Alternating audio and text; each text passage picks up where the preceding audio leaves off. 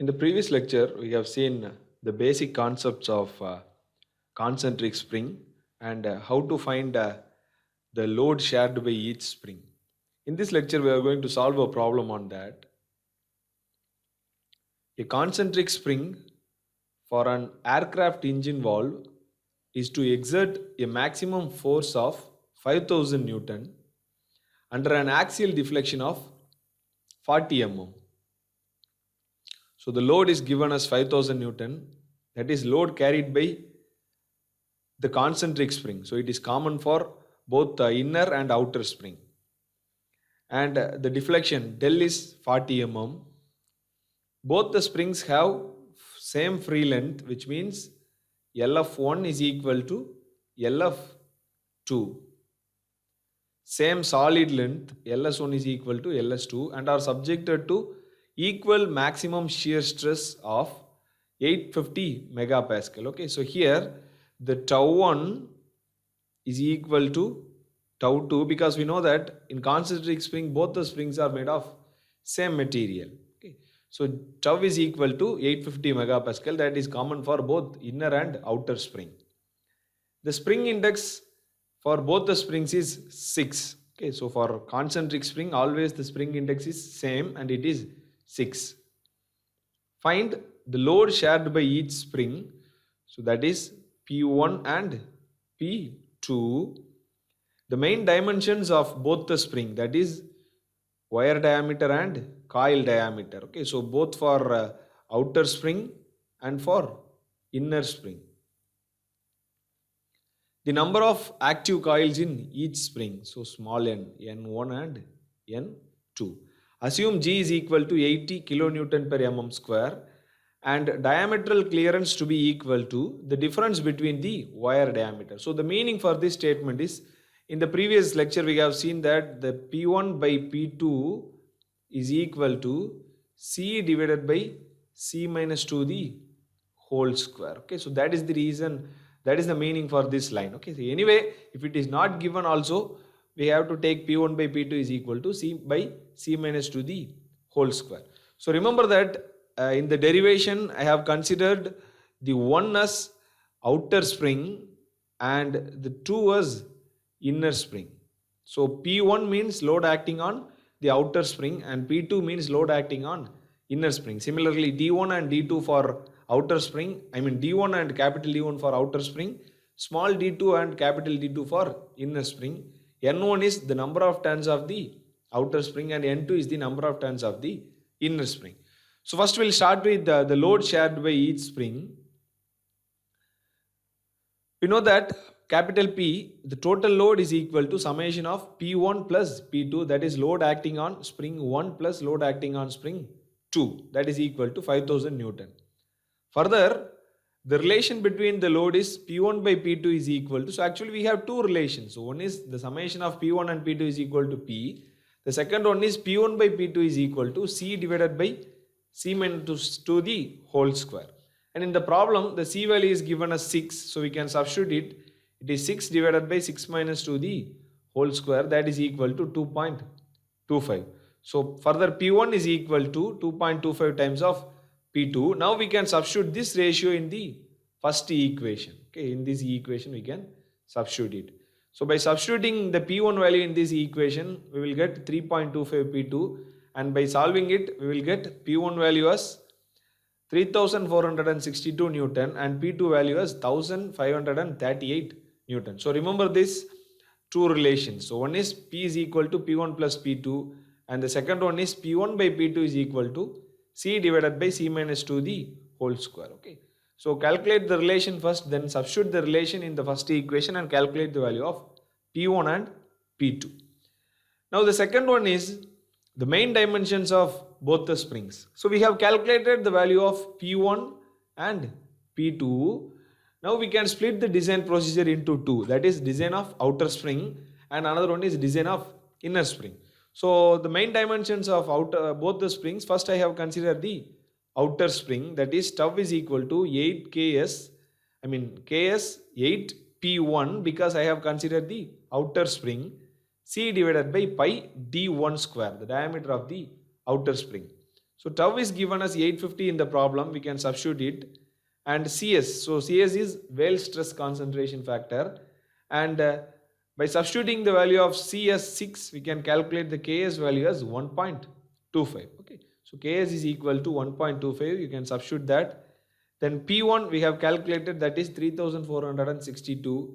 C is 6 divided by pi d1 square. Okay. So substitute all the datas and calculate the value of small d1, that is 8.83 mm. Then we know that C is equal to capital D1 by small d1 in the case of outer diameter. So use this relation, we know the value of C and d1 and calculate the capital D, that is coil diameter, that is equal to 52.98 mm.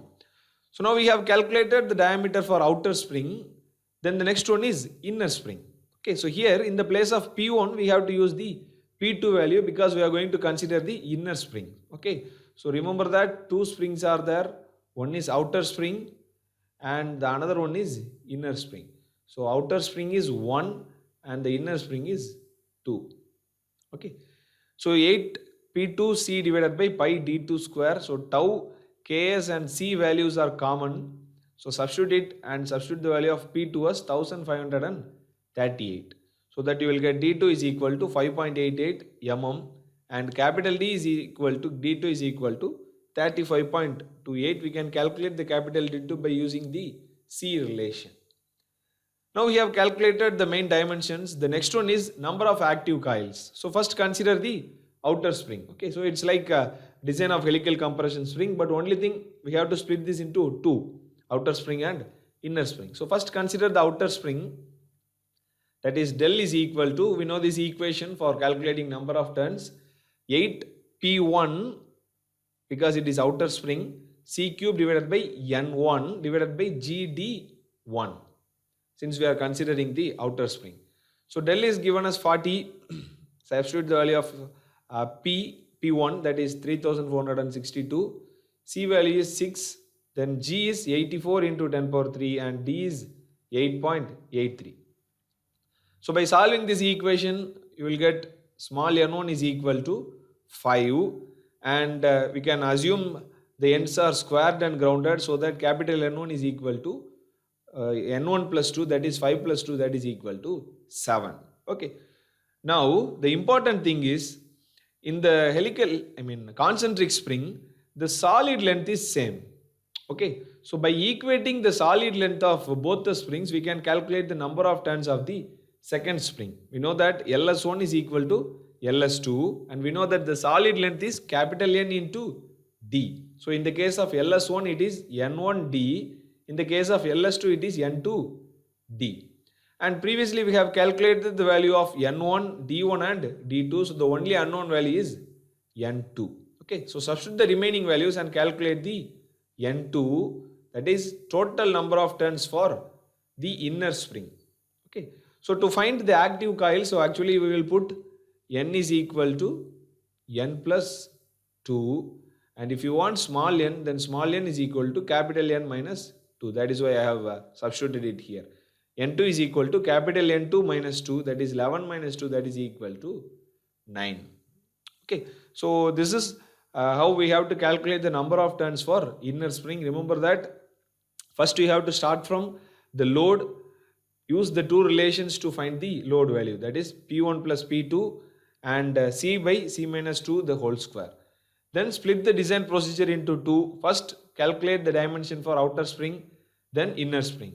Then for active number of turns, calculate the number of turns for outer spring. Then by equating the solid length of both the springs, calculate the number of turns for inner spring. So for inner spring, don't calculate the number of spring by using the common formula. Okay, so we have to equate the solid length.